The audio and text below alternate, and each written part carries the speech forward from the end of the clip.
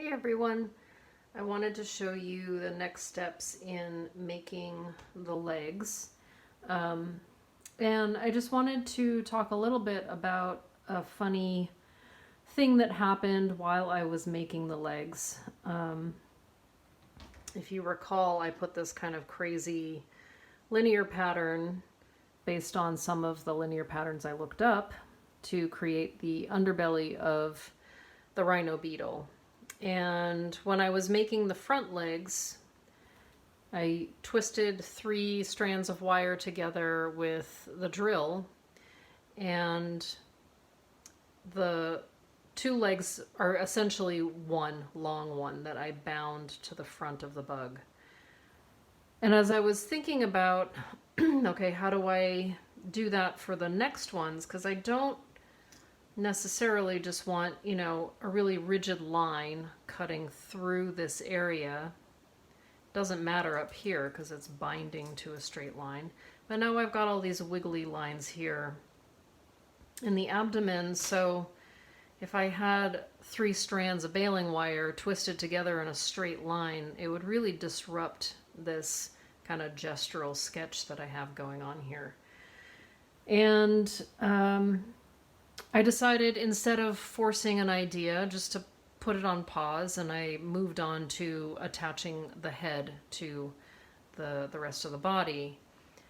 And then literally one morning I woke up and I was in that groggy state of just waking up, and the idea came to me.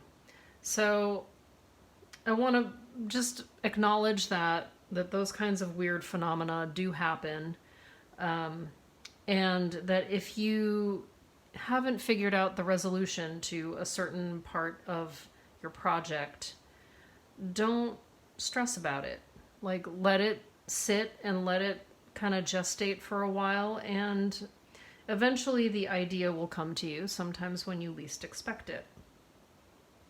So my solution for not disrupting my squiggly lines, but to get another set of legs on there, was to do this, which essentially was still twisting together 3 pieces of wire, but rather than them going across the body, this one leg, one very long leg, became 2 legs, but they are going to just kind of rest on this side of the body.